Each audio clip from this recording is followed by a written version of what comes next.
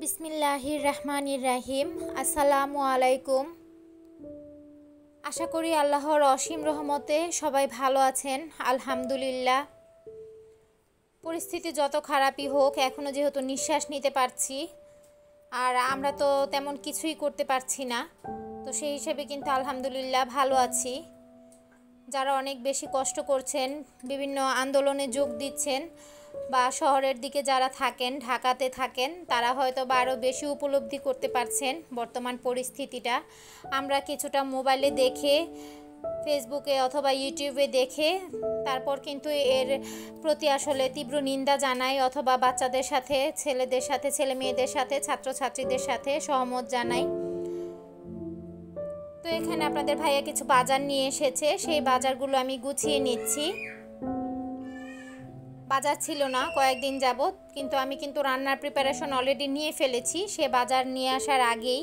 কারণ বাজার আনার পর সব কিছু কেটে ধুয়ে সব কিছু ওই দিনই রান্না করাটা অনেক বেশি সময় সাপেক্ষ হয়ে যায়। আমি অতটা সময় পাই না, যেহেতু বাচ্চা আছে, আর বাচ্চার খাবার দাবার বা ওর জ্বালাতন, ওকে সামলানো, সব কিছু মিলিয়ে এতটা সকালে সময় পেয়ে থাকি না হাতে। আগে তো অনেক বড় দিন দেখতাম, মনে হতো দিনটা আস্তে আস্তে বড় হয়ে এসেছে, দিন যেন ফুরাচ্ছে না। কিন্তু এবছর আমি আপনাদের ভাইয়াকে কয়েকবার বলেছি যে কখন দেখি আসরের সময় হয়ে যায়, আবার একটু পরেই যেন মাগরিবের সময় হয়ে যায়। অনেক কিছুই প্ল্যান করে রাখি, কালকে এটা করব, কালকে ওটা করব, কিন্তু প্রতিদিন কালকে কালকে করে কিন্তু সময়গুলো চলে যায়। যেমন দীর্ঘ সময় হয়ে গেছে আমি মেশিনের কাজগুলো করি না। এদিকে বাবুর বালিশের কভার, তারপর মেয়েদের টুকিটাকি কিছু কাজ, সব কিছু মিলিয়ে আসলে একেবারেই বসার যেন সময় পাই না। আর যদি একটু একটু সময় পাই, তখন মনে হয় একটু তো বিশ্রাম নেই, বা একটু তো নিজে কাত হই, পিঠটা সোজা করি। তো এরকম করতে করতে আসলে হয় না। সারাদিন কোন দিক দিয়ে চলে যায়, কখন কয়টা বেজে যায়, কোনোভাবেই টের পাই না। মনে হয় যেন এই তো একটু আগে বাবুকে খাইয়েছি, আবার যেন খাওয়ার টাইমটা হয়ে এলো। আর তখনই মাথায় বেশি বাড়ি পড়ে যায়, কারণ তাকে খাওয়ানো একটা যুদ্ধক্ষেত্রের চেয়ে কোনো অংশে কম না। সেই সাথে আবার ভয়ও থাকে, নাকি সে বমি করে দিল, নাকি বমি করে দিল। তো সব কিছু মিলিয়ে আসলে অনেক বেশি মানসিক চাপের মধ্যে দিয়ে কিন্তু দিনগুলো পার হয়ে যায়, যার কারণে সময় কোন দিক দিয়ে অতিবাহিত হয় কোনোভাবেই এখন আর টের পাই না। তো এই তো আপনাদের সাথে কথা বলতে বলতে আমি কিন্তু সবজির যে বাজারটা, কাঁচা বাজারটা কিন্তু গুছিয়ে নিচ্ছি। আর কাঁচা বাজার গুছাবো, সেই সাথে ফ্রিজের ড্রয়ার পরিষ্কার করব না, তা তো হয়ই না। তো এর মধ্যে কিন্তু আগের যে কাপড়টা ছিল সেই কাপড়টা আমি ধোয়ার জন্য রেখেছি, আর নতুন করে অন্য আরেকটা কাপড় বিছিয়ে দিয়েছি। মূলত এই কাপড়গুলো আমি ফ্রিজের এই সবজি রাখার এই ড্রয়ারের মধ্যেই ব্যবহার করে থাকি। দেখতে একটু অন্যরকম দাগ টাগ মনে হতে পারে, বাট এটা কিন্তু ধোয়া পরিষ্কার। দাগগুলো এমনিতেই লেগে গেছে। অনেক সময় তরকারি নষ্ট হয়ে গেলে সেই দাগটা কিন্তু বসে যায়, তো সেই দাগটা আর ওঠে না। তো আপনারা কেউ কিছু মনে করবেন না যে এটা নোংরা, এটা নোংরা না, এটা একেবারেই ধোয়া।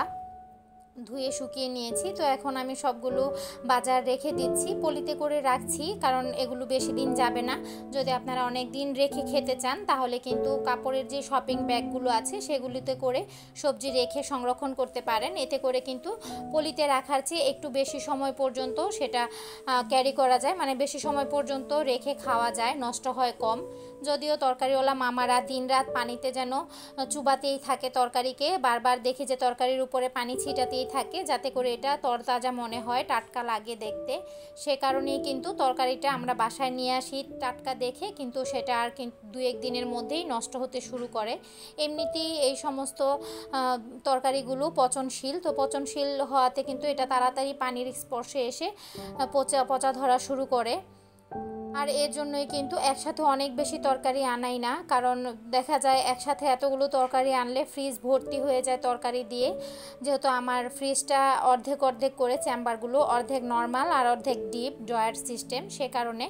আর অন্যদিকে আমি তো ফ্রিজ ভর্তি করে রাখি পানির বোতল রেখে, তো পানির বোতল দেখা যায় তাহলে কম রাখতে হয়, সেজন্য।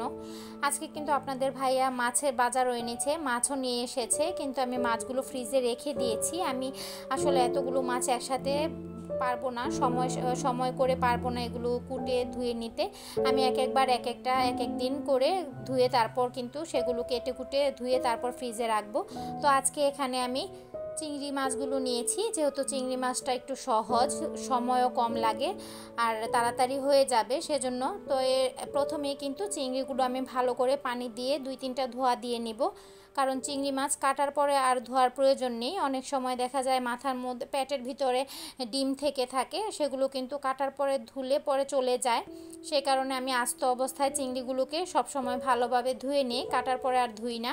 আর যদি তেমন কোনো ডিম না থাকে তাহলে আবার সামান্য একটু পানি দিয়ে একটু নেড়েচেড়ে ধুয়ে নিই, মানে অতটা ভালো করে একেবারে ঝাঁকিয়ে ধোয়ার প্রয়োজন পড়ে না পরবর্তীতে আর। তো এই তো আপনাদের সাথে কথা বলতে বলতে এখন চিংড়ি মাছগুলো কেটে নিব। কাজগুলো যদিও 10-11 মিনিট 12 মিনিটে একটা ভিডিও দেখায়, কিন্তু এই কাজগুলো করতে কিন্তু আমাদের অনেকটা সময় লাগে। তো এই পর্যায়ে আপনাদের কাছে একটি ছোট্ট অনুরোধ থাকবে, প্লিজ আমার চ্যানেলটি যদি সাবস্ক্রাইব না করে থাকেন, আমার ছোট্ট এই চ্যানেলটিকে সাবস্ক্রাইব করে বেল আইকনে ক্লিক করে দিবেন পরবর্তী ভিডিওর জন্য। আর ভিডিওর কোনো একটি অংশ যদি আপনাদের একটুও ভালো লাগে, একটু উপকারে আসে, তাহলে সেটা কমেন্ট করে অবশ্যই আপুকে জানাবেন। সেই সাথে ভিডিওটি কন্টিনিউ করবেন, পুরোটা ভিডিও স্কিপ না করে দেখার অনুরোধটা রইল। আর আরও একটি অনুরোধ, সেটি হচ্ছে যার ভিডিওই দেখবেন শুরুতেই লাইক বাটনে একটি ক্লিক করে দিবেন। একটি লাইক একটি শেয়ারে কিন্তু আপনার কিছুই হবে না, কিন্তু যার ভিডিও তার কিন্তু অনেক বেশি উপকার হবে। এই কথাটা আমি বরাবরই বলে থাকি, সব সময় বলে থাকি, আমার সব আপুদের ক্ষেত্রেই বলি, সবার ভিডিওতেই কিন্তু পরিশ্রম করতে হয়, কেউ কিন্তু এমনি এমনি আর হয়ে যায় না কারো ভিডিওটা। তো এই কথাটুকু একটু চিন্তা করে একটু সহানুভূতিশীলতা দেখাবেন, অতটা অমানবিক হবেন না, অতটা মানে একেবারেই শক্ত মনের হবেন না। এইটুকু মন মানসিকতা নিয়ে কারো ভিডিও অন্তত দেখবেন, যে একটি লাইক দিলে তার অনেক উপকার হবে, তাহলে একটি লাইক দিয়ে দেই। তো এই তো আপনাদের কাছে অনুরোধ করতে করতে আমি কিন্তু এখানে নোনা শুটকিটা রান্না করে নিচ্ছি। প্রথমে গরম পানি দিয়ে শুটকির যেই পিসটা ছিল সেই পিসটাকে আমি ভালো করে ধুয়ে নিয়েছি, তারপর ঠান্ডা পানিতে আবার ধুয়ে নিয়েছি, কারণ এগুলোতে ময়লা থাকে, সেই সাথে এগুলোর মধ্যে অনেক বেশি লবণ থাকে, সে কারণে। এরপর পেঁয়াজ দিয়েছি, পেঁয়াজটা একটুখানি নরম হয়ে আসলে কিন্তু আমি শুটকিটাও দিয়ে দিয়েছি, একটু একটু করে টুকরো করে কেটেছি। এভাবে আসলে আপনাদের ভাইয়া খেতে পছন্দ করে, সে শুটকি সবভাবেই খায়। আমি আসলে এই নোনা শুটকির বড়াটা খেতে পছন্দ করি, পাতা দিয়ে যে বড়াটা বানানো হয় সেটা আপনাদের সাথে আরেকদিন শেয়ার করব। এবার এভাবে করেছি সেটাই শেয়ার করলাম। তো এরপর আমি কয়েকটা রসুন টুকরো করে দিয়েছি ফালি করে, রসুনটা কিন্তু এই শুটকি তরকারিতে বেশ ভালো জমে যায়। তারপর গুঁড়া মশলাগুলো দিয়েছি, হলুদের গুঁড়া, মরিচের গুঁড়া, আদা রসুন বাটা, লবণ। তো এগুলো দিয়ে আমি এখন সেটা কষাতে দিয়ে চুলার অন্য পাশে বসিয়ে এই পাশে কিন্তু আবার রান্নাটা বসিয়ে দিলাম। তো এদিকে এটাও রান্না হয়ে আসছে, তেলগুলো উপরে চলে আসছে, এই পর্যায়ে কিন্তু একটু ঘন ঘন নাড়তে হবে, তারপর কিছুক্ষণ পরের রান্নাটা কিন্তু আমার হয়ে যাবে। আর এদিকে আমি আলুগুলো ভেজে নিচ্ছি, আলুগুলো ভাজা হয়ে যাওয়ার মধ্যে আমি এখানে পেঁয়াজ কুচিটা দিয়ে দিয়েছি। এটা মূলত আমি আলু টমেটো দিয়ে তেলাপিয়া মাছ রান্না করব। তো তেলাপিয়া মাছটা কিন্তু আমি এর আগেই ভেজে নিয়েছিলাম, এই একই কড়াইতে ভেজে নিয়েছিলাম। তো এই কড়াইয়ের মধ্যে যে কড়াইতে রান্না করবেন সেই কড়াইতে মাছ ভাজার টিপস কিন্তু আমি অনেক আগেই আমার ভিডিওতে দিয়েছি, তো আজকে আবারও আপনাদের সাথে বলছি।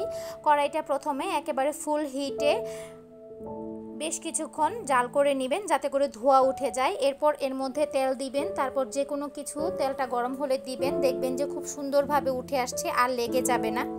তো এই তো আমাদের আজকের সারাদিনের মেনু এখানেই। এরপর আপনাদের সাথে কিছু শপিং শেয়ার করব, যেটা কিনা মেয়েদের জন্য করা। আসলে এই সময়ে শপিংয়ে যাওয়া বা বাড়ির বাইরে যাওয়া কোনোভাবেই কিন্তু সম্ভব হচ্ছিল না, তারপরেও কিন্তু গিয়েছি, কারণ এই জিনিসগুলো বাচ্চাদের অনেক বেশি প্রয়োজন ছিল, মেয়েদের কিছু জিনিসের অনেক বেশি কষ্ট হচ্ছিল। তো ওর বাবা স্যালারি পাওয়ার জন্য অপেক্ষা করছিলাম। তো স্যালারিটা পাওয়ার পর সব দিক দিয়ে টাকা ব্যয় করার পর যে টাকাগুলো অবশিষ্ট ছিল সেগুলো নিয়ে ভাবলাম যে চলো মেয়েদের যে প্রয়োজনগুলো আছে সেগুলোর জন্য চলে যাই। তো যেই কথা সেই কাজ। তো শপিং কিন্তু এটা বলেই করে নিয়ে এসেছি। অনেকেই বলতে পারেন যে আপু এরকম পরিস্থিতিতে শপিংয়ে কেন গিয়েছেন, আর শপিংয়ে যাওয়াটা আসলে ওরকম কোনো শপিংও করিনি, সেটা একটু পরে আপনারা দেখতে পাবেন। আর সেই সাথে বাসা থেকে তো অনেক দূরেও মার্কেট না, মাত্র রিক্সা দিয়েই চলে যাওয়া যায়। তো এর জন্য ভাবলাম যে যে জিনিসগুলো না আনলেই না, তা তো আনতেই হবে। আর ছোট মানুষ, ওদের যেটা প্রয়োজন তো প্রয়োজনই। বড় হলে বড়রা কিন্তু এভাবে ওভাবে দিন পার করে দিতে পারে। আর তারপরেও সেই তুলনায় আমার মেয়েরা আলহামদুলিল্লাহ ভালো, তারাও কিন্তু এতটা আমাকে জোর করছিল না। আমি আসলে তাদের প্রয়োজনটা বুঝে যাওয়ার জন্য আপনাদের ভাইয়াকে জোর করছিলাম যে মেয়েদের এগুলোর অনেক প্রয়োজন। আর এগুলো বলতে হচ্ছে মেয়েদের সালোয়ারের কাপড়। মেয়েদের আসলে সালোয়ারগুলো দেখলাম কয়েকটা সালোয়ার নষ্ট হয়ে গেছে, তো এখানে 2টা কালো রঙের আর 2টা জলপাই কালারের নিয়ে এসেছি। যেহেতু জামা যেগুলো বাসায় আছে সেগুলো দেখতাম যে এটা ওটা দিয়ে পরতো, তো আমার কাছে আসলে ম্যাচিং না হলে ভালো লাগে না। আর কালো সালোয়ার যে কোনো জামার সাথে পরতে পারে। তো আমি মূলত সালোয়ারের কাপড়ের জন্যই যেতে চেয়েছিলাম। তো ওর বাবা আবার দেখলাম যাওয়ার পর বলছে মেয়েদের জন্য ড্রেস কিনো। আর মেয়েদের জন্য ড্রেস কিনা, বড় মেয়ের জন্য এই ড্রেসটা কেনা হয়েছে। এগুলো 2 পিস, যেহেতু ওরা এখনও ছোট, ওরা 2 পিস এমনিতেই পরতে পারে, এখন তো বড়রাও পরে। আর এগুলো বড়দের ড্রেস, ওরা লম্বা দেখে ওদের আসলে বড়দের ড্রেসই কিনতে হয়, বডিটা চাপিয়ে নিতে হবে। আর বডিটা চাপানো বলতে বডিটাকে কিন্তু অনেক বেশি চাপাতে হয়েছে, 3 ইঞ্চির মতো করে 2 সাইড থেকে চাপাতে হয়েছে। আর নিজের যেহেতু সেলাই মেশিন আছে, টুকিটাকি কাজ যেহেতু করে থাকি, সে কারণে কিন্তু বডি ফ্রি সাইজ হলেও কোনো সমস্যা হয় না। তো এটা হচ্ছে ছোট মেয়ের জন্য, ওর গায়ের রঙটা যেহেতু একটু চাপা, তাই ওর জন্য এটা নিয়েছি। তো আমার মেয়েদের ড্রেসগুলো কেমন হয়েছে আপনারা কমেন্ট করে অবশ্যই জানাবেন। এগুলো বাসায় পরার জন্য নিয়েছি, তেমন দাম না, কিন্তু দাম অনুযায়ী আসলে অনেক বেশি আরামদায়ক ছিল। ওর বাবা বলছিল, মেয়েরাও বলছিল যে মা তুমিও এরকম কিনে নাও, বাসায় পরার জন্য অনেক ভালো হবে। ওর বাবাও বলছিল এগুলো চাপিয়ে দিয়েছো তারপর মেয়েদের লেগেছে, তাহলে তো এগুলো তোমারও লাগবে। পরে আমি বললাম যে হ্যাঁ এগুলো তো বড়দেরই, আসলে সে তো ছেলে মানুষ, অত কিছু বোঝে না। তো এই তো বাবা দেখুন টাটা দিয়ে দিবে এখন সবাইকে। তো আমার আজকের ভিডিওটি এই পর্যন্তই, সবাই ভালো থাকবেন, আল্লাহ হাফেজ।